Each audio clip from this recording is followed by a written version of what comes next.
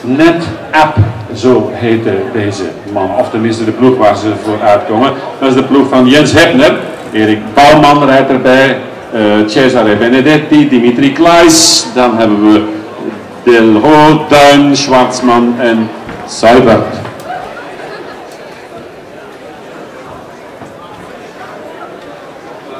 Wie is nu wie? Dat ga ik nu heel snel vragen. Mijn naam bitte? Michael Schwarzman. Timon Seibert. Bastian Delho. Enrique Baumann.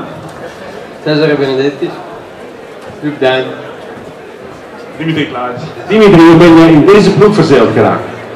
Ja, als geen Belgische ploeg meer worden, dan komt er niet veel anders op om naar hier te komen. Voel je daar een beetje op je gemak? Ja, dat is wel allemaal goed geregeld en ja, het is een goede ploeg. Mij lijkt Bouwman, de man met het meeste talent, maar gaat hij daar goed mee om? Ja, hij heeft in het begin van het seizoen zwaar gevallen en zijn knieschijf of zo gebroken, dus hij is nu pas terug 2 weken terug aan het koersen.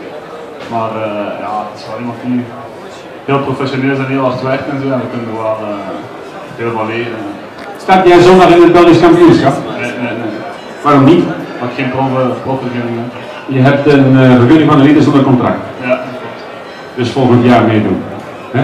Voor een quickstep bijvoorbeeld. Dromen mag, hè? Niet moet. Bedankt maar.